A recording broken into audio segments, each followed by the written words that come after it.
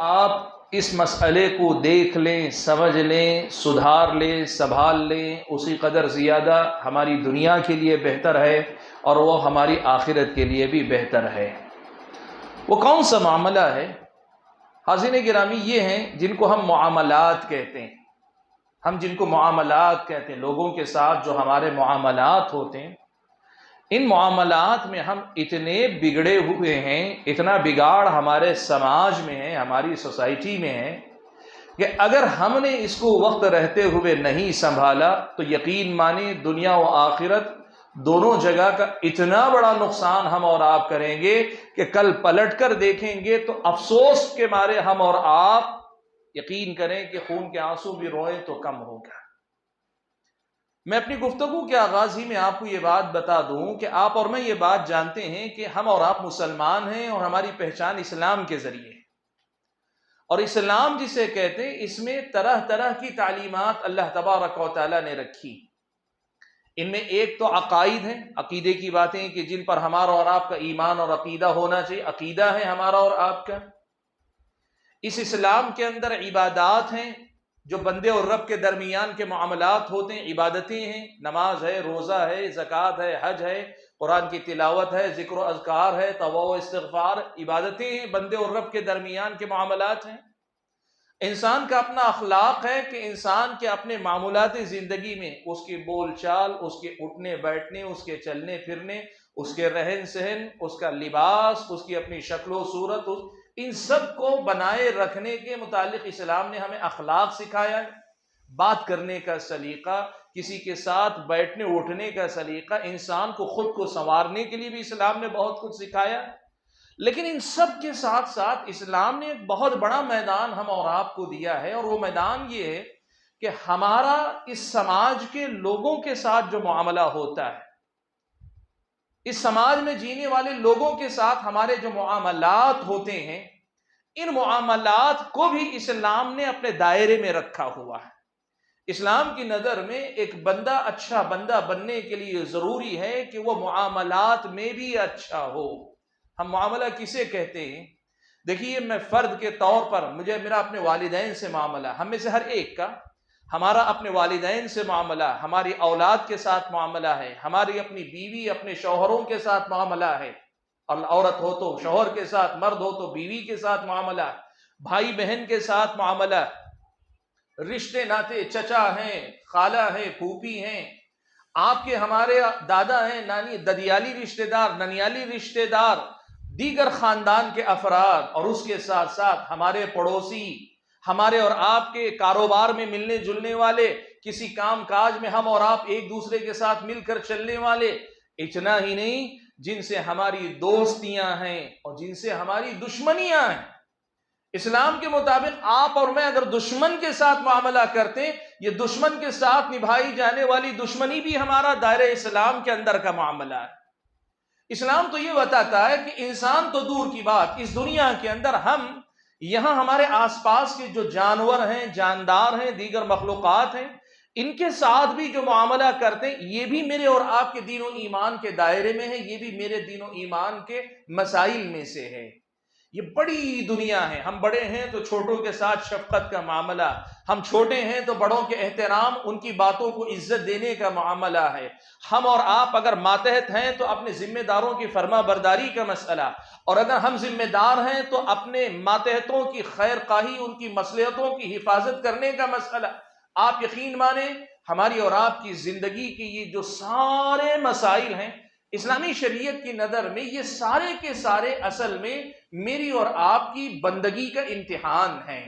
میں آپ کو ایک بات بتاؤں، دنیا میں جو دیگر مذاہب اس وقت ہیں، چاہے ہمارے پڑوس میں آس پاس بسنے والے مذاہب ہوں یا دنیا کے دیگر خطوں میں رہنے والے، ان سب لوگوں نے اپنے مذاہب کو ضائع کر دیا ہے، تو اب ان کے پاس دین کا مطلب صرف بندے اور رب کے درمیان کے تعلقات کو وہ دین کہتے ہیں۔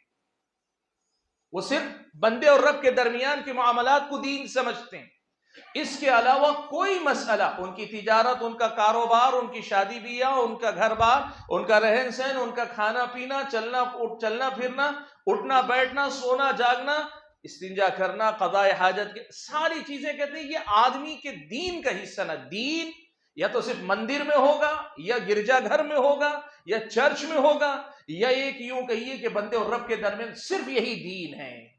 لیکن اسلامی شریعت جو کہ صحیح شریعت ہے، کامل شریعت ہے، محفوظ شریعت ہے، اس نے ہم اور آپ کو بتایا ہے کہ دیکھو تمہارا رب کے ساتھ معاملہ بھی تمہارا دین ہے اور تمہارا بندوں کے ساتھ معاملہ بھی تمہارا دین ہے، تمہارا خود کے ساتھ معاملہ بھی تمہارے اپنے دین کے دائرے میں داخل ہے.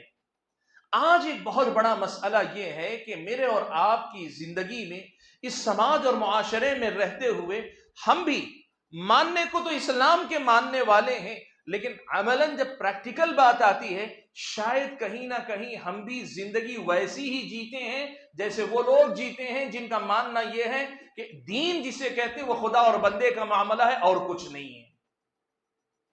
آپ یہ بات اچھی طریقے سے سمجھ لیں کہ اسلام نے ہم اور آپ کو جو تعلیمات دی ہیں، ان تعلیمات میں ایک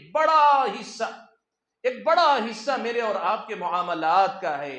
اور اگر یہ ہم مانتے ہیں کہ معاملات دین کے دائرے میں ہیں، معاملات بھی دین کا حصہ ہیں، تو پھر میں آج آپ کو یہ بات بتانا چاہوں گا کہ میرے بھائیوں، آج کے مسلمان کے معاملات کو اگر دیکھا جائے تو مسلمان کے معاملات میں اسلام نظر نہیں آتا ہے.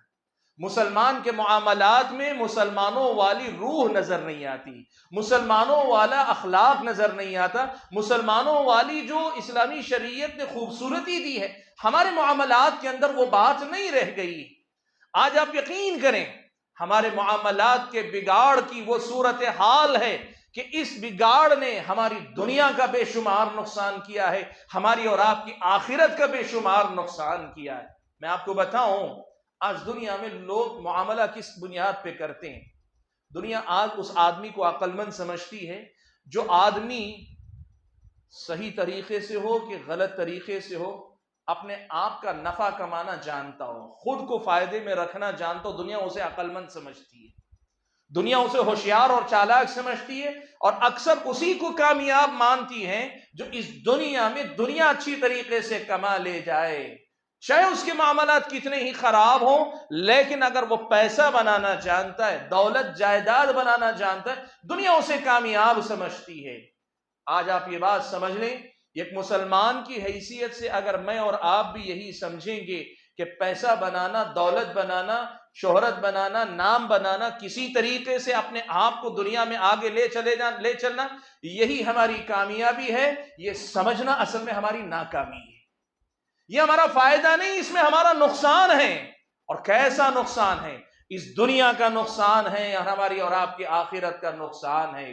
میرے بھائیوں، آج کی اس درس میں میں دراصل آپ حضرات کے سامنے یہی مسئلہ یاد دلانا چاہتا ہوں کہ ہم نے دنیا والوں کے ساتھ رہتے رہتے جانے انجانے، محسوس کرتے ہوئے یا غیر شعوری طور پر یہ طریقہ اپنا لیا ہے کہ ہم نے اپنے معاملات کو بگاڑ کی انتہا تک پہنچا دیا ہے، لیکن ہم ماننے کے لیے تیار نہیں کہ معاملات کا بگاڑ بھی ہماری اور آپ کی دنیا اور آخرت کا نقصان کر سکتا ہے. آج آپ دیکھیں کتنے ایسے لوگ ہیں جن کو اس کی کوئی پرواہ نہیں کہ لوگ میرے بارے میں کیا بولتے ہیں، کوئی مسئلہ نہیں، پیسہ بنتا ہے، پیسے کے بعد تم چاہے جو بول لو مجھے کوئی فرق نہیں پڑتا. آج اگر آدمی کسی آدمی کے پاس زور زبردستی کر کے پیسہ لے لیتا ہے، اسے اس کی کوئی پرواہ نہیں، بد دعا دے لے، کیا ہوتا ہے، میرا کیا جائے گا، تو بد دعا کرنا ہے کرنا، میرا تو پیسہ بنانا میں نے بنا لیا. روب داری، غنڈہ گردی، یہ سب کچھ چلتی ہے. آج آپ دیکھیں لوگ جھوٹ بھی دھڑلے سے بولتے ہیں کاروبار چلانے کے لیے. لوگ ناحق 2 نمبر کا کام بھی کرتے ہیں، 2 نمبر کا سامان بھی بیچتے ہیں، 1 نمبر کے نام پہ سب چلتا ہے ہمارے سماج میں. آج آپ دیکھیں اس سطح پہ اتر کر دیکھیں سماج کی سچائیاں ہمیں کیا بتاتی ہیں، ہمارے اور آپ کے معاملات کیسے ہیں. اللہ کے نبی صلی اللہ علیہ وسلم بازار میں داخل ہوئے، ایک صحابی کو اناج بیچتے ہوئے اللہ کے نبی نے دیکھا. اللہ کے نبی صلی اللہ علیہ وسلم نے اناج بیچنے والے جو صحابی تھے ان کے اناج کے جو غلہ تھا یا ان کا بوریا تھا اس کے اندر ہاتھ ڈالا تو اوپر سے تو سوکھا اناج ہے لیکن اندر گیلا ہے. اللہ کے نبی صلی اللہ علیہ وسلم نے صحابی سے پوچھا ما ھذا یا صاحب الطعام، اے اناج کے بیوپاری یہ کیا مسئلہ ہے؟ اس نے کہا اللہ کے نبی جان بوجھ کے کوئی دھوکہ دھڑی نہیں کر رہا ہوں، رات میں بارش ہو گئی تھی، اناج بھیگ گیا تھا، اب تک تھوڑا سا سوکھا ہے، اب تک تھوڑا سا سوکھا ہے، باقی اناج گیلا کا گیلا رہ گیا ہے۔ اللہ کے نبی صلی اللہ علیہ وسلم نے صحابی کو تنبیہ فرمائی، آپ صلی اللہ علیہ وسلم نے صحابی کو تنبیہ فرمائی، اور آپ نے ارشاد فرمایا من غشنا فلیس منا، اللہ کے نبی نے کہا جو ایسا دھوکہ دے وہ ہم میں سے نہیں ہے۔ سبحان اللہ۔ آج آپ اس معیار پر ہمارے کاروبار کو ہم دیکھ لیں، ہمارے معاملات کو ہم دیکھ لیں، ہمارے اور آپ کے کاروبار، ہماری اور آپ کی ترتیبات کو دیکھ لیں، دنیا بتا دے گی کہ ہمارا اور آپ کا معاملہ کیا ہے۔ بھائیو دیکھو، بتاؤ ہمیں سے کتنے ہیں جو واقعی معنوں میں والدین کی فرما برداری کرتے ہیں؟ ہمیں سے کتنے ہیں جو واقعی معنوں میں اپنی اولاد کی صحیح تربیت کی فکر کرتے ہیں؟ ہمیں سے کتنے ہیں جو بھائی بہنوں کو بھی ہماری اپنی ذمہ داری سمجھتے ہیں؟ شادی بیاہ کے بعد بیوی ہوئے، بچے ہوئے، اس سے آگے بہن بھائی کا کوئی معاملہ، کوئی ذمہ داری نہیں مانتا آدمی، خاص طور پہ جو خواتین بیوہ ہو جاتی ہیں، وہ تو ایسا لگتا ہے کہ بھائی کے گھر نہیں آئی ہیں، کسی کے رحم و کرم پہ رہنے آئی ہیں، حالانکہ وہ حقدار ہیں۔ بے بہن اگر بیوہ ہو جاتی ہے، باپ نہ ہو تو بھائیوں کی ذمہ داری، لیکن ہمارے اور آپ کے سماج میں بیوہ بہن کوئی مجبور عورت ہوتی ہے جو بھائی کے گھر کا کوئی بوجھ بن جاتی ہے۔ یہ ہمارے سماج کی سچائیاں ہیں۔ آپ دیکھ لو ہم میں سے کتنے ہیں جن سے ان کا پڑوسی راضی ہے۔ ہم پوچھیں اپنے پڑوسی سے کہ بھائی بتاؤ میں تمہارے حق میں کیسا پڑوسی ہوں، کبھی میں نے کوئی تکلیف دی؟ کتنے ایسے پڑوسی ہیں جو ہمارے اور آپ کے حق میں گواہی دیں گے کہ آپ بہت اچھے ہیں، آپ سے ہمیں کوئی تکلیف نہیں ہے؟ ہماری تو لڑائیاں رہتی ہیں پڑوس والوں کے ساتھ۔ بھائیو یہ مسئلہ ہم اور آپ کو بتاتا ہے کہ معاملات بہت بگڑے ہوئے ہیں، اور معاملات میں خاص طور پر زبان کا معاملہ، کہ وعدہ کرنے کے بعد وعدہ نبھانا تو ہم نے جیسے سیکھا ہی نہیں ہے۔ زبان دینے کے بعد جیسے زبان کی کوئی لاج نہیں ہے، وعدہ کرتا ہے آدمی، اور آپ کو میں بتاؤں، مثال کے طور پر میں آپ سے پیسہ لے رہا ہوں، کب لوٹائیں گے؟ 10 دن میں دے دوں گا۔ دیتے ہوئے، زبان دیتے ہوئے مجھے معلوم ہے کہ 10 دن میں لوٹانے کا میرے پاس کوئی سبب نہیں، کوئی چانس نہیں لوٹانے کا، لیکن اسے نکالنے کے لیے اگر 20 دن بولوں گا تو نہیں دے گا نا، اس لیے بولوں گا میں 10 دن، لیکن لوں گا۔ اور ادا کب کروں گا؟ وہ اللہ جانے کب میں ادا کروں گا۔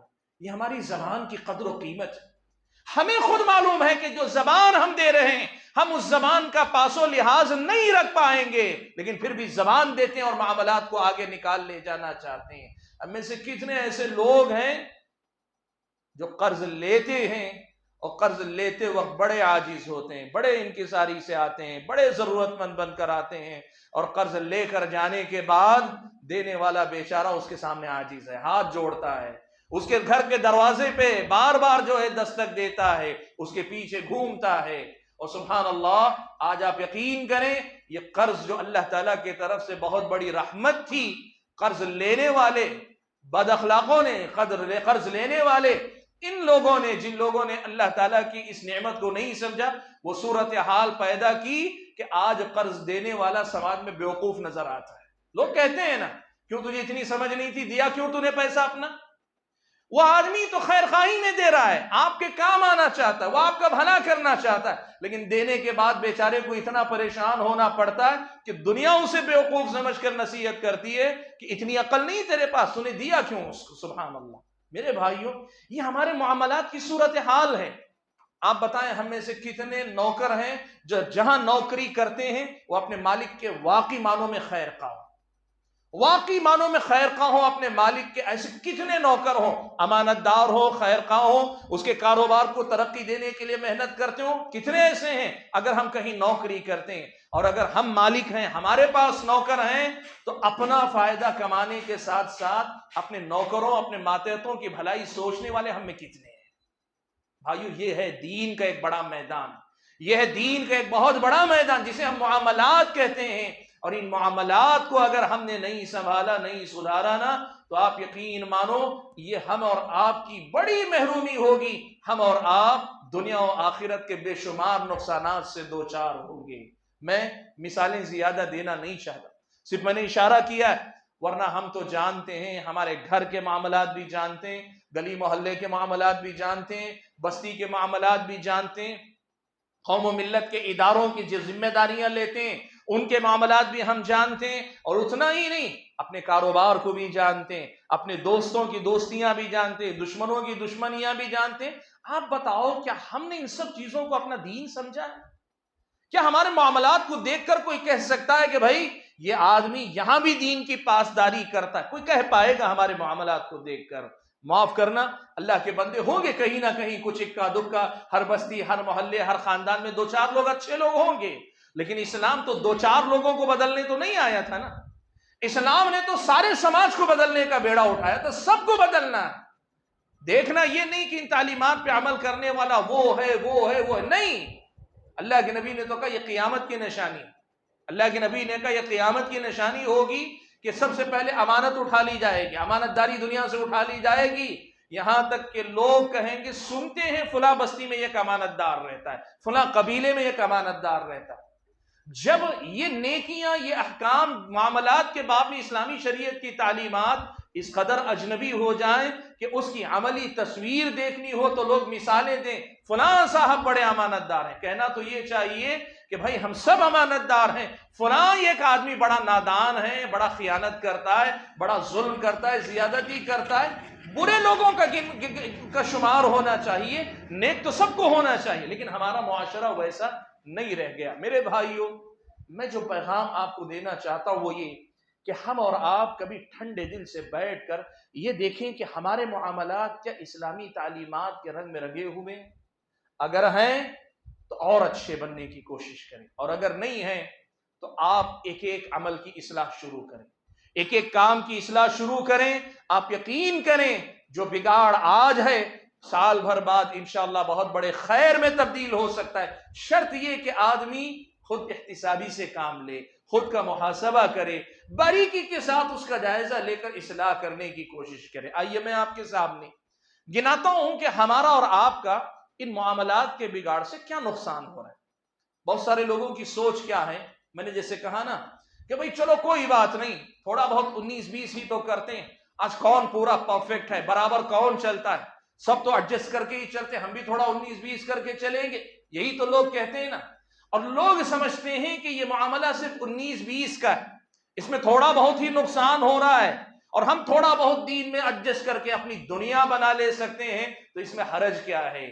آج آپ کو میں بتاتا ہوں کہ یہ جسے آپ 19-20 سمجھ کر دنیا بنانے کی بات کرتے ہیں، یہ آپ کی دنیا بھی برباد کر رہا ہے، یہ آپ کی آخرت بھی برباد کر رہا ہے، آپ کے بے شمار طریقوں سے نقصانات ہو رہے ہیں۔ میں تھوڑے سے وقت کے اندر کوشش کروں گا کہ آپ کے سامنے ہمارے معاملات کے بگاڑ سے ہونے والے نقصانات کی ایک مختصر سی فہرست آپ کے سامنے رکھوں۔ بھائیو، سب سے پہلا نقصان، اگر میرے اور آپ کے معاملات کتاب و سنت کی تعلیمات کی روشنی میں نہیں ڈھلیں گے، اگر ہم کتاب و سنت کی تعلیمات کے مطابق اپنے معاملات نہیں چلائیں گے، دیکھیے آج مسئلہ کیا ہے، خاندان قبیلے کے مسائل ہوں تو کہتے نہیں ہمارے خاندان کا یہ رواج ہے، کاروبار کا معاملہ ہو لوگ کہتے نہیں مارکیٹ میں یہی چلتا ہے، اور اگر دشمنی لڑائی کا مسئلہ ہو لوگ کہتے ہیں اس زمانے میں آدمی ایسے ہی جی سکتا ہے۔ اصول ہیں اپنے اپنے لوگوں نے مان کے رکھے، اسلام کہتا ہے سب چھوڑنا پڑے گا، خاندان کے ریتی رواج بھی، مارکیٹ کے اپنے خود ساختہ اصول بھی، اور یہ جو دنیا میں جینے کے اپنے اپنے جو اندر، سب چھوڑ کر سارے معاملات کو کتاب و سنت کی تعلیمات کے مطابق اگر ہم نے نہیں لایا تو کیا ہوگا؟ ہمارا کئی طرح سے نقصان ہوگا، اور ان میں سب سے پہلا نقصان کیا ہوگا آپ کو معلوم ہے؟ سب سے پہلا نقصان یہ ہوگا کہ ہمارے اور آپ کے دین کا ایک بڑا حصہ ہم سے چھوٹ جائے گا۔ ہم دیندار بننا چاہتے ہیں نا، اللہ کے بندے بننا چاہتے ہیں، رسول اللہ صلی اللہ علیہ وسلم کے امتی بننا چاہتے ہیں، اسلام کو اپنی زندگی میں اپنانا چاہتے ہیں، اگر معاملات کو نہ اپنا کر ہم اور آپ بقیہ ساری چیزوں کو اپنا لیتے ہیں، تب بھی ہمارے اور آپ کی زندگی سے دین کا ایک بڑا حصہ چھوٹ جائے گا، ہم دین کے بہت بڑے حصے کو ضائع کر لیں گے۔ دیکھیے ہمارا اور آپ کا عقیدہ اچھا ہے، ہمارے اور آپ کے اخلاق اچھے ہیں، اور ہماری اور آپ کی عبادتیں پوری ہیں، ایک دم مکمل ہیں، تب بھی اگر معاملات خراب ہیں تو دو باتیں یاد رکھنا، یہ معاملات کی خرابی میرے اور آپ کے دین کو ادھورا کا ادھورا رکھے گی۔ ہم عقیدے میں مکمل، عبادتوں میں مکمل، اخلاق میں مکمل ہیں، لیکن یہاں مکمل ہو کر بھی دین میں نامکمل کے نامکمل ہیں۔ میرا اور آپ کا دین پورا نہیں ہو سکتا، کیوں؟ اللہ کے نبی صلی اللہ علیہ وسلم نے یہ بات بیان فرمائی. اللہ کے نبی نے فرمایا لا یؤمن احدکم حتی یحب لاخیہ ما یحب لنفسہ. آپ نے فرمایا تم میں سے کسی بھی آدمی کا ایمان اس وقت تک مکمل نہیں ہو سکتا جب تک کہ وہ اپنے لیے جو پسند کرتا ہے وہی اپنے بھائی کے لیے پسند کرنے نہ لگ جائے. یعنی معاملہ کرنے سے پہلے اپنے آپ کو اس کی جگہ پہ رکھ کر معاملہ کرنے کا سلیقہ نہ سیکھ لے, آپ کا میرا دین ایمان مکمل نہیں ہوگا.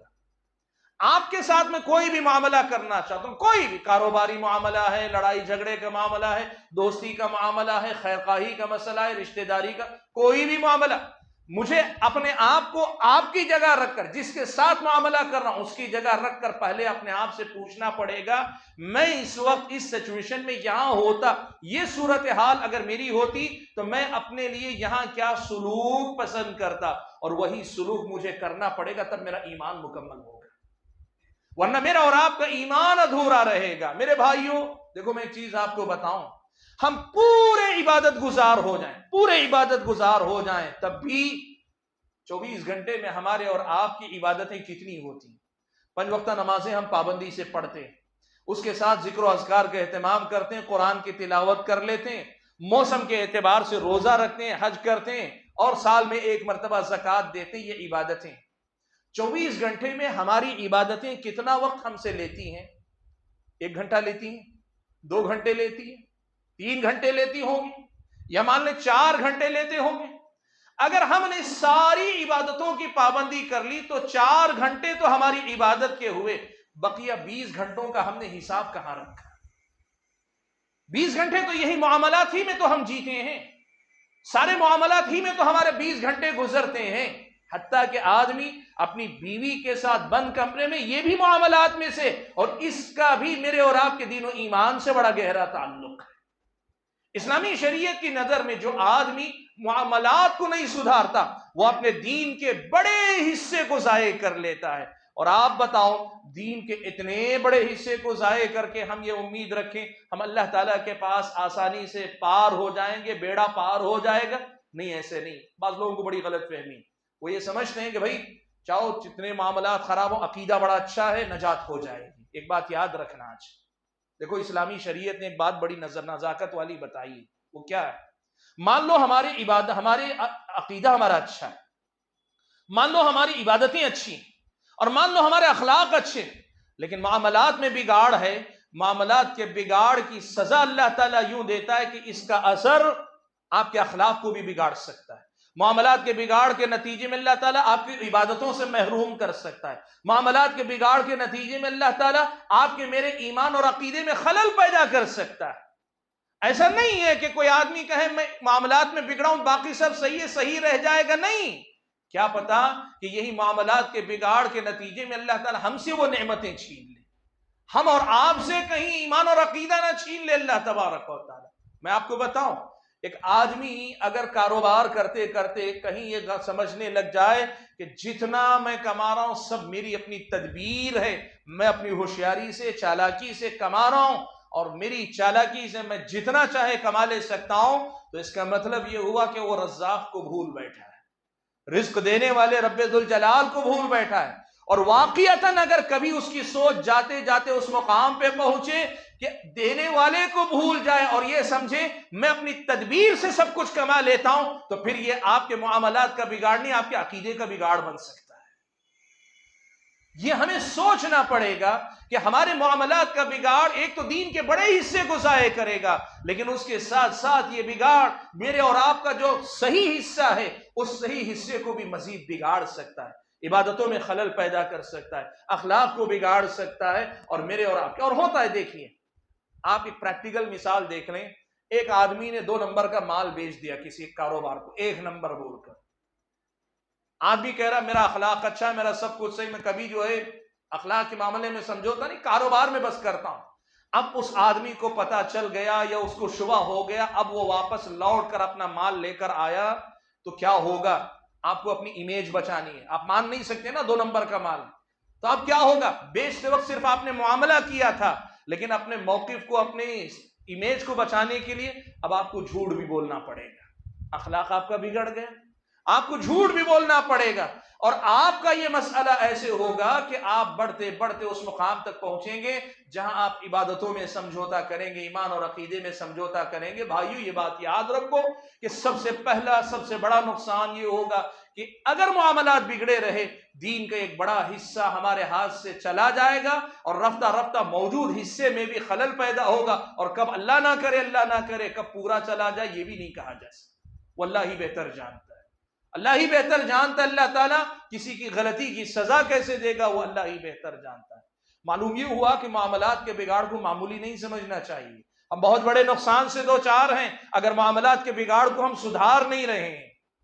آئیے میں دوسری مثال آپ کے سامنے دیتا ہوں، دوسرا نقصان کیا ہوگا۔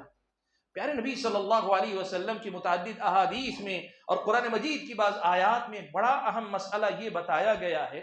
دیکھیے آخرت میں اللہ تبارک و تعالیٰ کے پاس جنت اور جہنم کا جو فیصلہ ہوگا وہ ایمان اور عقیدے کے بعد اعمال کے وزن پر ہوگا، کہ کس کی نیکیاں زیادہ بھاری پڑ گئیں، کس کے گناہ زیادہ بھاری پڑ گئے، یہ فیصلے کی بنیاد ہوگی۔ قرآن میں اللہ تعالیٰ نے کئی جگہ پہ یہ بات بیان کی، لیکن اس حقیقت کے ساتھ ساتھ قرآن و سنت میں ایک بات یہ بھی بیان کی گئی ہے کہ بسا اوقات اللہ تبارک و تعالیٰ بعض بندوں کے بعض اعمال کو اتنا پسند کرتا ہے، عمل حالانکہ چھوٹا ہی ہے لیکن بعض اعمال کو اللہ تعالیٰ اتنا پسند کرتا ہے کہ اسی عمل کے بدلے میں اللہ اسے جنت عطا کر دیتا ہے۔ اور آپ اگر دیکھیں گے تو قرآن و سنت سے پتہ چلتا ہے یہ معاملات کی دنیا میں ایسے موقع بہت آتے ہیں لوگوں کے سامنے معاملات کی دنیا میں ایسے موقع بہت آتے ہیں جہاں ایک طرح سے لوگ کہتے ہیں نا لاٹری لگ گئی، یعنی مجھے جو ہے توقع سے زیادہ مجھے مل گیا، مجھے امید نہیں تھی کہ اللہ تعالیٰ کو اتنا پسند آ جائے گا یہ عمل۔ یہ مواقع بندوں کو معاملات میں ملتے رہتے ہیں۔ اب جو آدمی اپنے معاملات کو اپنا دین ہی نہ سمجھتا ہو وہ اس راستے سے جنت کیسے کما پائے گا؟ جو آدمی معاملات کے بگاڑ کو سدھارتا نہیں، پتہ نہیں کتنی مرتبہ جنت کمانے کا ہاتھ آیا ہوا موقع گنوا بیٹھتا ہے۔ میں آپ کو مثال دوں، پیارے نبی صلی اللہ علیہ وسلم نے بنی اسرائیل کے کئی واقعات سنائے، ان میں سے ایک واقعہ آپ نے سنایا کہ ایک آدمی راستے سے جا رہا تھا، ایک ڈالی راستے پہ جھکی ہوئی تھی، اس نے اس ڈالی کو کاٹ دیا، ٹہنی کو کاٹ دیا، یہ سوچ کر کہ میری طرح اس راستے سے گزرنے والے دوسرے لوگوں کو بھی تکلیف ہوگی، تو اللہ تبارک و تعالیٰ نے اس کے اس عمل کو اس قدر پسند فرمایا کہ اس کی مغفرت کر دی، اور اسی کے بدلے میں اللہ تعالیٰ نے اسے جنت عطا کر دی۔ آج آپ دیکھیں یہ دوسروں کے بارے میں سوچنا کہ بھئی جس چیز سے مجھے تکلیف ہوئی کسی اور کو تکلیف نہ ہو، سماج سے اس تکلیف دہ چیز کو میں ہٹا دوں گا، یہ ہے ہمارے اور آپ کے معاملات۔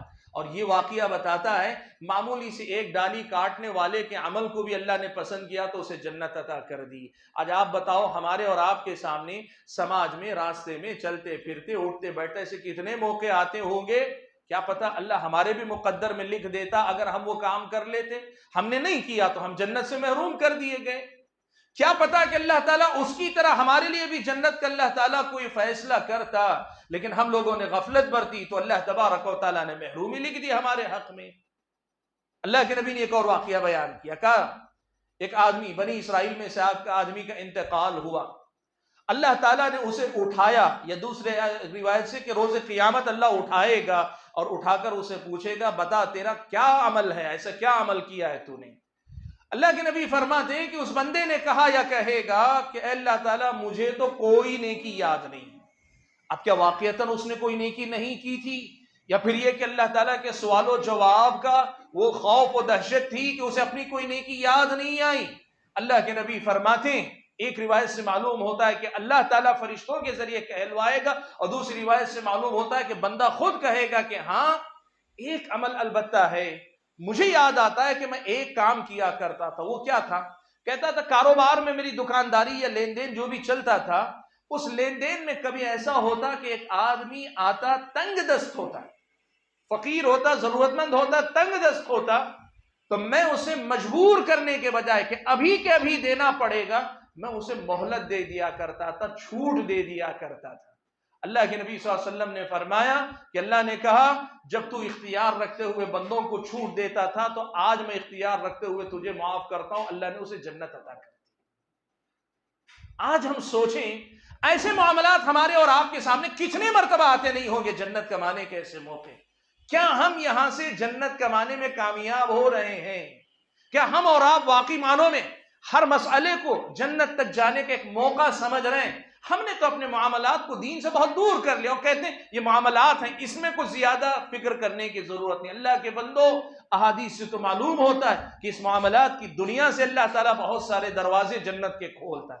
اللہ کے نبی صلی اللہ علیہ وسلم نے باپ کے بارے میں کیا کہا؟ والد کے بارے میں کہا کہ وہ جنت کا درمیانی دروازہ ہے۔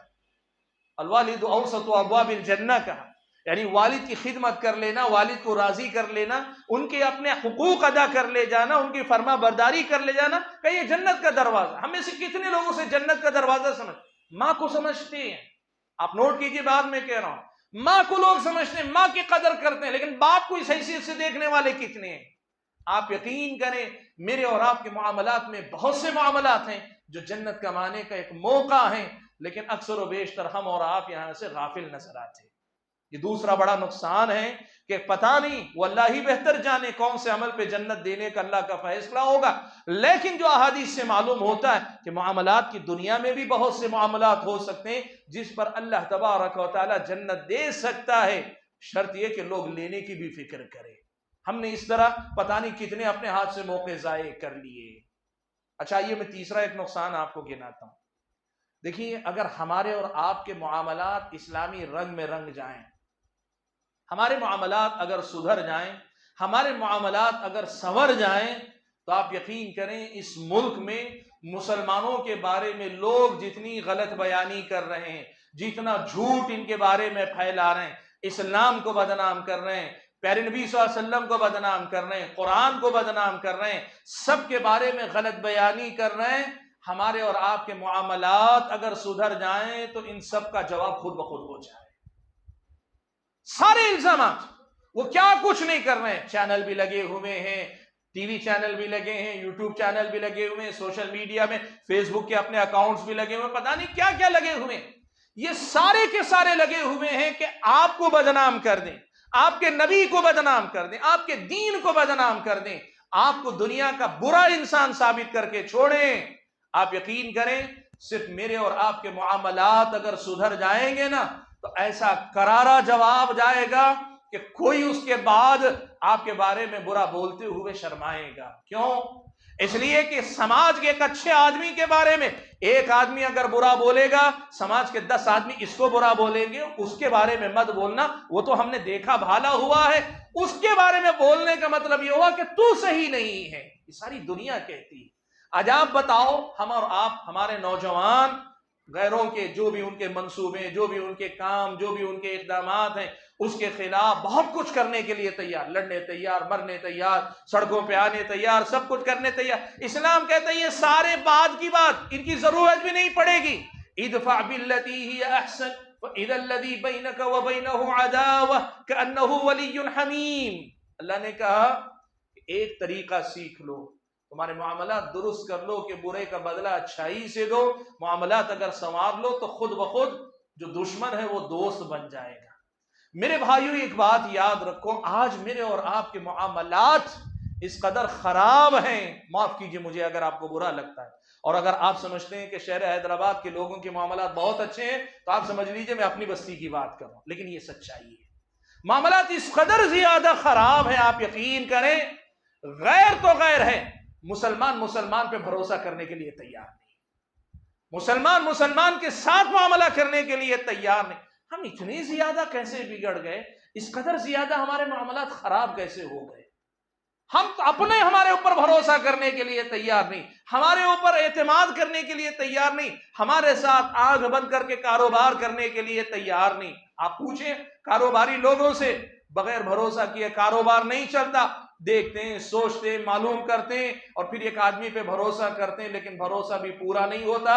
کبھی جا کے تنہائی میں پوچھیں، ڈر تو پھر بھی لگا رہتا ہے، پتہ نہیں کب دھوکہ دے دے۔ یہ ہماری سچائی ہے، اور ایسا کردار لے کر ہم اس دنیا کی قوم کے سامنے کہتے ہیں ہم امت محمدیہ کے لوگ ہیں، اسلام کا عملی نمونہ ہے۔ اللہ کے بندو، ایسا تو نہ کرو، اسلام کو اپنی زندگیوں میں معاملات کے اندر بھی لاؤ، تاکہ دنیا آپ کے معاملات دیکھ کر کہے کہ ہاں ایسا ہوتا ہے مسلمان۔ آپ کو معلوم ہے پیارے نبی صلی اللہ علیہ وسلم جب مدینہ مکہ میں نبی بنا کر بھیجے گئے، اسلام قبول کیا، مکہ کے مشرکوں نے تنگ کیا تو صحابہ جو ایمان لائے تھے ان میں کی ایک جماعت حبشہ چلی گئی. مکہ کے کچھ سردار ان کے پیچھے پیچھے پہنچ گئے، کچھ لوگ کہ حبشہ سے ان کو پکڑ کر واپس لائیں گے اور لا کر یہاں ان کو برابر سزا دیں گے. بادشاہ انصاف پرور تھا، اس نے بلا کر پوچھا بھئی کیا ماجرا، تم نے کیا ایسا جرم کیا ہے؟ آپ کو معلوم ہے حضرت جعفر رضی اللہ تعالیٰ عنہ نے اس وقت کیا کہا تھا؟ انہوں نے صرف ایک ہی چیز پیش کی تھی. اللہ کے نبی کے آنے سے پہلے جو معاملات ان کے خراب تھے، جو ان کے عادات و اطوار بگڑے ہوئے تھے، جو غلط عادتیں ان کے اندر تھی، ان کا تذکرہ کیا، اور اسلام آنے کے بعد ان کے اپنے معمولات زندگی میں کیا تبدیلی آئی یہ بتایا. انہوں نے توحید کا تذکرہ کیا، توحید کے ساتھ جو کایا پلٹ ہوئی، جو صورتحال بدلی وہ بتائی. بادشاہ جہاں دیدہ آدمی، کوئی ایرا غیرہ آدمی تو نہیں، بادشاہ تو جہاں دیدہ آدمی، وہ سمجھ گیا کہ یہ اچھے لوگ ہیں اور ان کے پیچھے آنے والے برے لوگ ہیں. ان کو ناکام و نامراد لوٹایا، مسلمانوں کو باعزت زندگی جینے کا موقع دیا. یہ بتاتا ہے کہ آپ کا میرا کردار اگر سنور جائے، غیر بھی ہم سے متاثر ہوئے بغیر نہیں رہ سکتا. اور آپ کو میں بتاؤں، اس ملک میں اگر اسلام آیا تھا اچھے کردار، اچھے معاملات کی وجہ سے آیا تھا. پہل جو اسلام آیا، اسلام کہاں سے آیا آپ کو معلوم ہے؟ سب سے پہلے جو اسلام آیا کیرلا، مالابار کا جو ساحل ہے، کیرلا کا جو علاقہ، وہاں سے اسلام کی ابتدا ہوئی. مورخین کے مطابق اللہ کے نبی کے دور میں اسلام وہاں پہنچا. اور کیسے پہنچا آپ کو معلوم ہے؟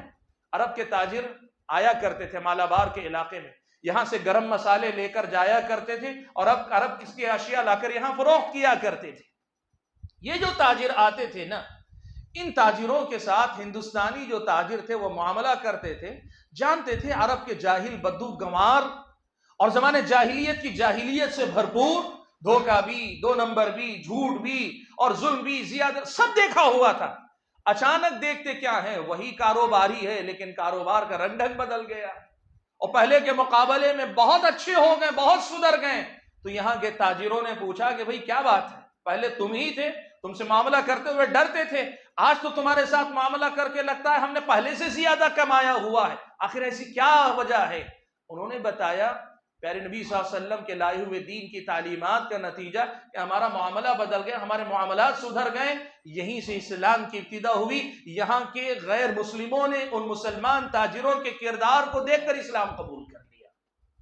بھائیو، ہمارا اور آپ کا کتنا بڑا نقصان ہو رہا ہے آپ بتائیں. آج اسلام کا پیغام اس ملک کے بچے بچے تک پہنچانے کی ضرورت ہے. اس کے لیے اس سے زیادہ بہتر کوئی کام نہیں ہے کہ ہم سب کردار کے مسلمان ہو جائیں، ہمارے معاملات سدھر جائیں. اس سے زیادہ بہتر کوئی راستہ نہیں ہے. آپ یقین کریں اس سے زیادہ بہتر کوئی راستہ ہو ہی نہیں سکتا ہے میری اور آپ کی دنیا کے اندر. ہم اور آپ اپنے کردار کو سدھار لیں گے. یہ کردار کا سدھار اسلام کی تبلیغ بھی بن جائے گا، اسلام کا دفاع بھی بن جائے گا، اعتراضات کا جواب بھی بن جائے گا، اور پیارے نبی صلی اللہ علیہ وسلم کے امتی ہو کر آپ کی طرف سے دفاع کرنے کا جو حق ہے وہ حق بھی ادا کر لے جائے گا. ہمارا کردار سدھر جائے، ہمارے معاملات اگر سدھر جائیں. آپ کو معلوم ہے ملک جو فتح ہوتے ہیں عام طور پہ جنگوں سے فتح ہوتے ہیں، تلوار سے، ہتھیار سے فتح ہوتے ہیں.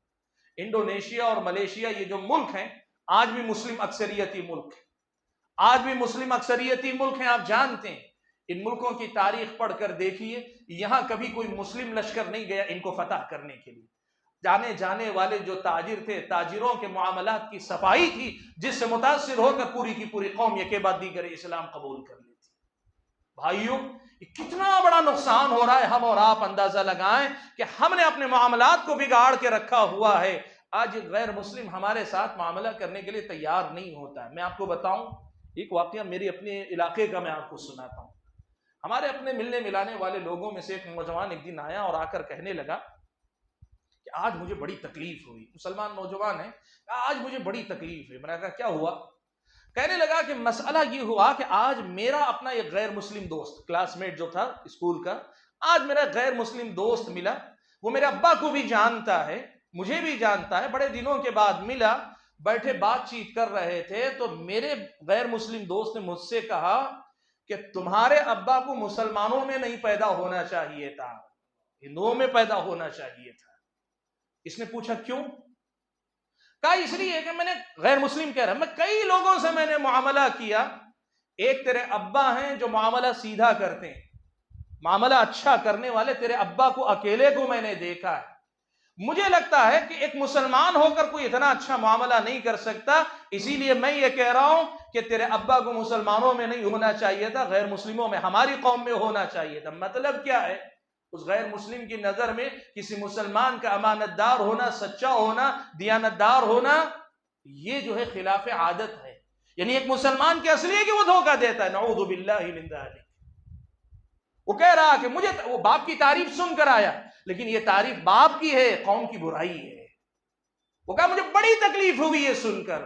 میں نے کہا کہ یہ بہت حد تک لوگوں کا تجربہ ہے کہ غیر مسلم عام طور پہ ایسا سمجھتے ہیں، ایسا نہیں ہے کہ ہم سب برے ہیں، یہ بھی بات یاد رکھیں۔ بسا اوقات لوگ ضرورت سے زیادہ، ایسا نہیں کہ اچھے لوگ نہیں ہیں، لیکن جب فیصلہ ہوتا ہے تو یہ ایک عام صورتحال پہ ہوتا ہے۔ آپ میں سے بعض لوگ سچے ہوں گے، بعض بڑے امانت دار ہوں گے، بعض ماشاءاللہ جو ہے بڑے خیر خواہ ہوں گے لوگوں کے، لیکن آپ کے لوگوں کی تعداد میں آپ جیسے اچھے لوگوں کی حیثیت کیا ہے؟ لوگ تو پوری قوم کو دیکھ کر نہ بات کریں گے۔ آپ یقین کریں کہ یہ ایک بہت بڑا میدان ہے، اور ملک کے بدلتے حالات میں قوانین آ رہے ہیں، فلاں آ رہے ہیں، سب آ رہے ہیں۔ جو کرنے کا کام ہے وہ یہ اپنے معاملات کو سدھار لو، آپ کے سارے مسائل کا حل اللہ تعالیٰ یہاں سے نکالے گا انشاءاللہ۔ یہ بہت بڑا نقصان ہو رہا ہے ہمارے معاملات کے بگاڑ کا، جو ہم اور آپ کو اٹھانا پڑ رہا ہے کہ ہمارے اور آپ کے معاملات جو بگاڑ کا شکار ہیں، اس کا یہ نقصان بھی ہم اور آپ کو اٹھانا پڑ رہا ہے۔ اچھا، ایک بات اور میں آپ کو بتانا چاہوں گا، ان معاملات کے بگاڑ کا نقصان ہمیں ہماری دنیا میں بھی ہو رہا ہے، ہمارے دنیا کے معاملات میں بھی ہمیں اس کا نقصان ہو رہا ہے۔ وہ کیسے ہو رہا ہے؟ دیکھیے، ایک بات یاد رکھیے، اگر آپ جھوٹ بولتے ہیں، آپ اگر 2 نمبر کا کام کرتے ہیں، دھوکہ دیتے ہیں، آپ اگر کاروبار کے بہانے سے آدمیوں کو خامخواہ لوٹتے ہیں، آپ لوگوں کے ساتھ دھوکہ دڑی کرتے ہیں، تو آپ یہ نہ سمجھیں کہ یہ آپ کی چال بازی یا عیاری یا مکاری لوگوں کی نظروں سے چھپی رہے گی۔ ہو سکتا ہے لوگ ایک بار دھوکہ کھا جائیں گے، دوسری بار دھوکہ کھا جائیں گے، تیسری بار دھوکہ کھا جائیں گے، لیکن مارکیٹ میں زیادہ دن تک آپ کی امیج پہلے دن والی باقی نہیں رہتی، زیادہ دن نہیں لگتے، لوگوں کو پتا چل جاتا۔ آپ خود کہتے ہیں نا بھئی یہ کاروباری ذرا مہنگا دیتا ہے، بھئی اس کے پاس مت جاؤ، یہ ذرا سا مال جو ہے 2 نمبر کا کر دیتا ہے، پتہ نہیں چلتا کب دھوکہ دے دے۔ آپ خود، اب اگر آپ کو پوچھ لیں کہ آپ کے کاروبار، دکانداروں کے بارے میں آپ کی رائے، آپ خود بتاتے ہیں۔ کیسے بنتی ہے یہ رائے؟ آپ یقین کرو کہ جب لوگوں کے ساتھ 1 سے 2 مرتبہ معاملہ کرتے ہیں نا، تو آپ کے معاملات آپ کے بارے میں رائے لوگوں کے درمیان قائم کرتے ہیں۔ آپ چاہے لاکھ کوشش کر لیں کہ میں اپنی امیج بنا کے رکھوں گا، لیکن اگر آپ کا کاروبار صاف نہیں، آپ کے معاملات صاف نہیں، لوگوں کے پاس آپ کے بارے میں جلد یا بدیر آپ کی لوگوں کی رائے بدل جائے گی۔ اور اگر رائے بدل جائے گی، آپ بتاؤ، جس کاروباری کے بارے میں معلوم ہو کہ سادہ لوگوں کو قیمت زیادہ بتا کر لوٹتا ہے، کاروبار اس کے پاس آئے گا؟ نہیں آئے گا، اس کے کاروبار کا گھاٹا ہوگا۔ جس کاروباری کے بارے میں پتا چل جائے کہ یہ آدمی دھوکہ دیتا ہے، بسا اوقات اچھی چیز کے نام پہ خراب چیز دے سکتا ہے، تو آدمی اچھی چیز بھی رکھ کر بھیجے تو لوگ بھروسہ نہیں کرتے، اس کے پاس کاروبار کا گھٹنا طے ہے۔ آپ اگر زبان دیتے ہیں لیکن خلاف ورزی کرتے ہیں، آج 1 لاکھ روپیہ میں نے آپ سے لیا، زبان کی خلاف ورزی کی 1 بار 2 بار، کل مجھے 10,000 روپیہ کوئی دینے کے لیے تیار نہیں ہوگا۔ وہی اگر میں 1 لاکھ روپیہ لے کر پوری دیانت داری سے وقت پر یا وقت سے پہلے کوشش کر کے لوٹا دوں، اور اگر مشکل پیش آئے میں خود جاؤں، وہ نہ آئے میں جاؤں، جا کر کہوں بھائی کل وقت ہے ادائیگی کا، صورتحال یہ ہے، دیکھو یہ مسئلہ ہے، کل نہیں پرسوں دے دوں گا، ترسوں، اور وقت پہ لے جا کے دے دیں گے، آپ یقین کرو اگلی بار آپ 2 لاکھ پوچھیے، وہ آدمی ضرور دے گا آپ کو۔ آپ یہ بات یاد رکھو کہ ہمارے معاملات، ہمارے کاروبار کا خلل، ہمارا اور آپ کا جھوٹ، ہماری اور آپ کی دھوکہ دڑی، یہ ہماری دنیا کا بھی نقصان کرتی ہے، ایسا نہیں کہ نقصان نہیں کرتی۔ اور اتنا ہی نہیں، میرے اور آپ کے کردار اور معاملات کے بگاڑ کا نقصان مجھ کو اور آپ کو اپنے رشتے ناتوں میں بھی جھیلنا پڑتا ہے۔ دیکھیے، اگر میں دل اپنے گھر والوں کے لیے محدود کر لوں، خاندان قبیلے والوں کے لیے میرا دل کھلا نہ رہے، زیادہ دن تک یہ کیفیت چھپی نہیں رہتی، میری گفتگو، میرے سلوک، میرے معاملے میں میرے رشتہ داروں کو نظر آ جائے گا، اور وہی میرے دل میں میرے خاندان قبیلے کے لیے جگہ ہوگی، میرے اور آپ کے معاملات بتلا دیں گے کہ میرے اور خاندان قبیلے کے لیے جگہ کتنی ہے۔ اور آپ یہ بات یاد رکھیں کہ رشتے ناتوں کا معاملہ جہاں تک آتا ہے نا، یہاں لوگ ہمیشہ یہی پسند کرتے ہیں کہ کون دوسروں کے بارے میں اچھا سوچتا ہے۔ لوگ سمجھتے ہیں ہمیشہ پیسے کا معاملہ، نہیں، پیسہ نہیں ہے، پیسہ ایک الگ چیز ہے، آپ چھوڑ دیں۔ آپ سامنے والے کے بارے میں بھلا سوچنے والے رہیں، بے انتہا وہ آپ سے محبت کرے گا۔ آپ چاہے ہفتوں بعد ملے، لیکن ملے گا ایسے جیسے آپ کا اپنا چہیتا ہے، آپ کا اپنا قریبی ہے۔ لیکن اگر دلوں کے اندر نفرتیں ہوں، دلوں کے اندر وہ خیر خواہی کا جذبہ نہ ہو، ایک چھت کے نیچے رہنے والے دو بھائیوں کے دلوں میں ایک دوسرے کے لیے خیر خواہی باقی نہیں رہے۔ یہ رشتے ناتوں کو بھی متاثر کرتا ہے، رشتے ناتوں کا بھی نقصان کرتا ہے۔ آپ اس مسئلے کو یاد رکھیں۔ آئیے میں ایک اور مسئلہ بھی آپ کو بتا دوں کہ معاملات اگر بگڑتے ہیں نا تو اس کا ایک اور نقصان ہوتا ہے جس کو بہت سارے لوگ نہیں سمجھ پاتے۔ مثال کے طور پر میں آپ کو ایک مثال دیتا ہوں، دیکھیے، مان لیجئے بہت سارے لوگوں کو ایک غلط فہمی ہے۔ وہ کیا ہے؟ چلو بھائی، آج میں نے آپ کا پیسہ لیا، دھوکہ دے دیا، آپ کو دھوکہ دے دیا آج، اور دینے کے بعد میرے دل میں کیا ہے، انشاءاللہ ذرا معاملہ ٹھیک ہو جائیں، جاؤں گا، جا کر پھر اس آدمی کے سامنے کہوں گا بھائی یہ تمہارا پیسہ تھا، معاف کر دو، مجھ سے غلطی ہوئی اور میں پیسہ لوٹا دوں گا۔ تو کیا ہوگا؟ وہ مجھے معاف کر دے گا تو گناہ معاف ہو جائے گا۔ تو آدمی بسا اوقات اس امید پہ معاملات میں گڑبڑ کرتا ہے کہ آگے چل کر میں اپنے معاملات کو سدھار لوں گا۔ اس میں ایک بہت بڑا نقصان ایسا ہوتا ہے، مان لیجئے آج میں نے مثال کے طور پر آپ کے پاس دکانداری ہے، میں آپ کے پاس کام کرتا ہوں، میں نے آپ کو دھوکہ دے دیا، 1,00,000 روپیہ آپ کا غائب کر دیا۔ 6-7 سال کے بعد میں خود اچھا کمانے لگا، 1,00,000 روپیہ وہی لا کر دے دیا، یا مان لیجئے کہ 1,00,000 روپیہ وہ قرض کے طور پہ لوٹایا، باقی اپنی طرف سے میں نے کہا میرے تحفے کے طور پر کچھ لے لیجئے، کچھ بھلا معاف کر دیجئے، اور آپ نے معاف بھی کر دیا مجھے، تو کیا معاملہ برابری پہ ختم ہو گیا؟ ایک چیز آپ کو بتاتا ہوں جس کی طرف سے غفلت رہتی ہے۔ اہل علم نے لکھا ہے کہ یہ گناہ میں نے آج کیا، 2 سال بعد جا کر میں نے معافی مانگ لی، وہ گناہ تو 2 سال بعد معاف ہو جائے گا، اس لیے کہ صاحب معاملہ نے معاف کر دیا، معاف ہو جائے گا، لیکن 2 سال تک یہ جو گناہ میرے ساتھ تھا نا، اس گناہ کی نحوست میری زندگی کے اندر رہے گی، میرے کاروبار میں رہے گی، میری صبح و شام میں رہے گی۔ سبحان اللہ، سلف صالحین ایک بات کہا کرتے تھے کہ میں جب کبھی کوئی غلطی کرتا ہوں، میں اپنی غلطی کا اثر میری اپنی سواری کا جو اونٹ ہے اس کی سرکشی کی شکل میں دیکھتا ہوں۔ کل تک فرما برداری کے ساتھ چلنے والا میرا اونٹ، میرا گھوڑا، میری سواری وہ سرکش ہو جاتی۔ بعض نے کہا میں جب کبھی گناہ کرتا ہوں، میرے گناہوں کا اثر میں ایسے دیکھتا ہوں کہ میری فرما بردار بیوی نافرمان ہو جاتی ہے، اچھی بھلی بیوی اچانک غصہ دلانے لگتی ہے، اچھی خاصی عورت اچانک مجھے تکلیف دینے لگتی ہے۔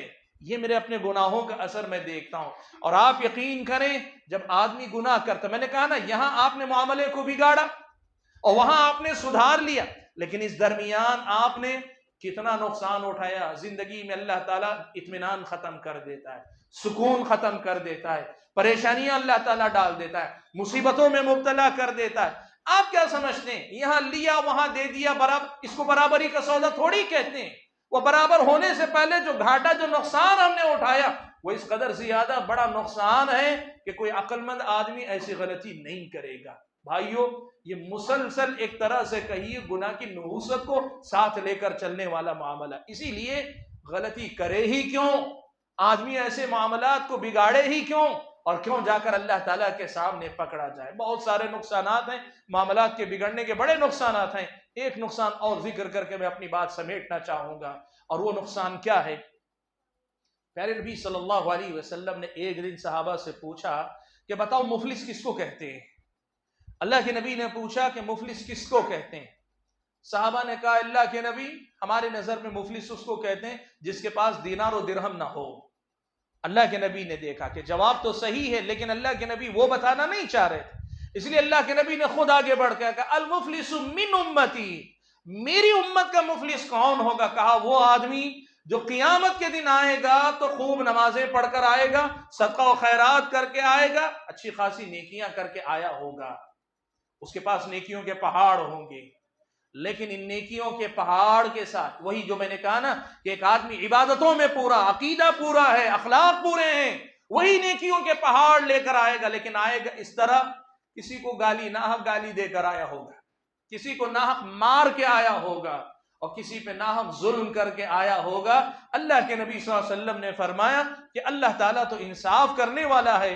اب جس کے ساتھ زیادتی ہوئی، گالی دی گئی، مارا گیا، ظلم ہوا، اس کا مال لیا گیا، اللہ تعالیٰ کہے گا کہ آج اس کا مال واپس دو، گالی جو دی اس کا عوض دو۔ اب آدمی کے پاس دینے کے لیے کچھ نہیں سوائے نیکیوں کے، تو اللہ تعالیٰ کہے گا ٹھیک ہے، جتنا جتنا حق بنتا ہے اتنا اتنا اس کی نیکیاں جو پہاڑوں کے برابر ہیں یہ پوری کی پوری لوگوں میں بانٹتے چلے جاؤ۔ اللہ کے نبی نے فرمایا نیکیوں کے پہاڑ جو لے کر آیا ہوگا، رفتہ رفتہ ساری نیکیاں ختم ہو جائیں گے، اور جن کے ساتھ معاملات میں بگاڑ رکھا ہوا تھا، جن کے ساتھ ظلم، زیادتی، ناحق کام کیے ہوئے، ابھی ان کی لمبی فہرست باقی رہے گی۔ اب کیا ہوگا؟ اللہ کے نبی نے فرمایا کہ اب باقی لوگوں کے بارے میں اللہ فیصلہ یہ کرے گا، اب نیکیاں دینے کے لیے نہیں ہیں تو کام کرو، وہ جو لوگ ہیں جو حقدار ہیں ان کے گناہوں کو لو اور اس کے حساب ملنے کے دو، اس کے سر پہ ڈالتے چلے جاؤ۔ اللہ کے نبی نے کہا یہاں تک کہ آخری آدمی تک کا حق دلا دیا جائے گا۔ اللہ کے نبی نے فرمایا میری امت کا یہ مفلس ہے کہ جب شروع میں آیا تھا تو نیکیوں کے پہاڑ لے کر آیا تھا، لیکن اخیر میں صورتحال یہ ہوئی ساری نیکیاں اپنی ضائع کیا ہی، لیکن اپنے گناہوں کے ساتھ دوسروں کے گناہ بھی اپنے سر لے کر ڈوب گیا۔ آج ہم میں سے بہت سارے لوگ یہ نہیں سمجھتے، وہ سمجھتے ہیں سماج میں ہمیں کوئی پوچھنے والا نہیں، یا سامنے والا طاقتور نہیں، زوردار نہیں، یا ہم یہ سمجھتے ہیں کہ نہیں زندگی نے مہلت دی تو آگے معافی مانگ لیں گے، اس سے پہلے موت آ جاتی ہے۔ آپ یقین کرو لوگوں کے حقوق، لوگوں کے معاملات میں بگاڑ اگر ہمارا باقی رہا، اللہ نہ کرے کہیں ہماری یہ ساری نیکیاں کہ ہم سمجھتے ہیں ہم تو بہت اچھے نیک کام کر کے آئے ہیں، کہیں ایسا نہ ہو کہ یہ سب کے سب اس کی زد پہ چلے جائیں۔ میرے بھائیوں اس کے لیے ہمیں کیا کرنا پڑے گا؟ آخری بات میں کہہ رہا ہوں، بگاڑ کے نقصانات بہت سارے ہیں، میں نے بس منتخب کر کے کچھ نقصان آپ کے سامنے گنائے۔ سوال یہ ہے کہ ہمیں کیا کرنا پڑے گا؟ دیکھو ایک بات یاد رکھو، اللہ کے نبی صلی اللہ علیہ وسلم جو دین لائے ہیں نا، اس دین میں خیر کی ابتدا ہوتی ہے صحیح علم سے، صحیح علم سے خیر کی ابتدا ہوتی ہے۔ آپ کو اور ہم کو علم سے رشتہ جوڑنا پڑے گا۔ اللہ نے کہا نا والعصر، قسم زمانے کی، ان الانسان لفی خسر، بے شک تمام انسان خسارے میں، الا الذین آمنوا وعملوا الصالحات، سوائے ان کے جو ایمان لائیں اور عمل صالح کریں۔ ظاہر بات ہے ایمان اور عمل صالح کو آپ کو سیکھنا پڑے گا، معلوم کرنا پڑے گا۔ آپ اور ہم علم سے رشتہ جوڑیں۔ آپ یقین کریں پرانا زمانہ الگ تھا، علماء کہیں کہیں ہوا کرتے تھے، آپ یقین کریں قرآن پڑھانے والے مشکل سے ملا کرتے تھے۔ آج تو یہ صورتحال ہے، آپ کی جیب کا یہ موبائل آپ کو گھر بیٹھے 24 گھنٹے تقریباً اہم موضوعات پر آپ کو مستند علماء کا علم آپ تک پہنچا دیتا ہے۔ علم سیکھیں، علم حاصل کریں، اس لیے کہ خیر کا آغاز علم سے ہوتا ہے۔ اللہ کے نبی کو وحی کا آغاز اللہ نے کس سے کیا؟ اقرا، پڑھیے، آپ پڑھائی سے اللہ نے آغاز کیا۔ آپ اور ہم بھی دین سیکھنے والے بنے۔ آپ یقین کریں اگر ہم علم حاصل کرنے والے بنیں گے، اور علم حاصل کرنے کے لیے کیا کرنا پڑے گا؟ اپنے اپنے علاقے کے جو علماء ہیں، آپ کے اپنے علاقے کے جو اہل علم ہیں، ان سے آپ کو جڑنا پڑے گا۔ آپ دیکھیے علماء سے آپ جڑتے ہیں، کہیں آپ علماء کا کچھ بھلا دنیا کے اعتبار سے، پیسوں کے اعتبار سے کر دیں تو کر دیں، نہ کریں، لیکن آپ کا بہرحال فائدہ ہے کہ آپ عالم کی صحبت میں رہیں گے، عالم سے رابطے میں رہیں گے، علماء کی مجلس میں بیٹھا کریں گے، علم سیکھا کریں گے، اس سے آپ کی دنیا سدھر جائے گی۔ شیخ ابن باز رحمۃ اللہ علیہ نے ایک لمبا بہت اہم لیکچر شیخ ابن باز رحمۃ اللہ علیہ کا ہے، اس میں انہوں نے ایک مسئلے پہ گفتگو کی ہے کہ آج امت کی بے دینی کا سبب کیا ہے، کیوں امت کے اندر زیادہ تر لوگ بے دین ہیں؟ تو شیخ ابن باز نے کہا ہے کہ اس کی بنیادی وجہ ان کی جہالت اور لا علمی ہے۔ علم سے تعلق نہ ہونا ہی اصل میں ان کی جو ہے گمراہی کا سبب ہے، ان کی بے دینی کا سبب ہے، دین سے دوری کا سبب ہے۔ آپ یقین کریں علم اور علماء سے اچھا تعلق رکھیں، آپ کی اپنی مسجد کے اندر ایک اچھا امام رکھیں، اچھے خطیب رکھیں، اچھا صبح شام کا درس دینے والے لوگوں کو رکھیں جو آپ کو صبح میں قرآن پڑھائیں، قرآن کی آیتوں کا معنی بتائیں، آپ کو حدیث پڑھائیں، حدیث کا معنی بتائیں۔ آپ اپنی مسجدوں کو اپنے علاقے میں رکھیں، اور اتنا ہی نہیں اپنے بچوں کے لیے مکتب کا اچھا انتظام کریں۔ ہم اور آپ جب سیکھیں گے نا تبھی تو ہمیں پتہ چلے گا کہ دین کیا ہے، اور جب بار بار کوئی ہمیں یاد دلاتا رہے گا تبھی تو ہمارے اندر عمل کرنے کا جذبہ بھی پیدا ہوگا. ایسے ہی تو ہم اور آپ نیکی کے راستے میں آگے بڑھیں گے. اللہ نے کہا خسارے سے نکلنے والے لوگ ایمان اور عمل صالح کے بعد وتواصوا بالحق، ایک دوسرے کو حق بات کی تلقین کریں. وتواصوا بالصبر، اور ان تینوں کاموں میں صبر چاہیے. ایمان پورا کرنے کے لیے، عمل صالح کو مکمل کرنے کے لیے، حق بات کی وصیت کرنے کے لیے طبیعتوں میں بڑا صبر چاہیے. آدمی کو جمے رہنا چاہیے. اس مزاج کو اپنا کر علم والے بنے، عمل والے بنے، عبادتوں والے بنے، معاملات والے بنے، عقیدے والے بنے، اخلاق والے بنے.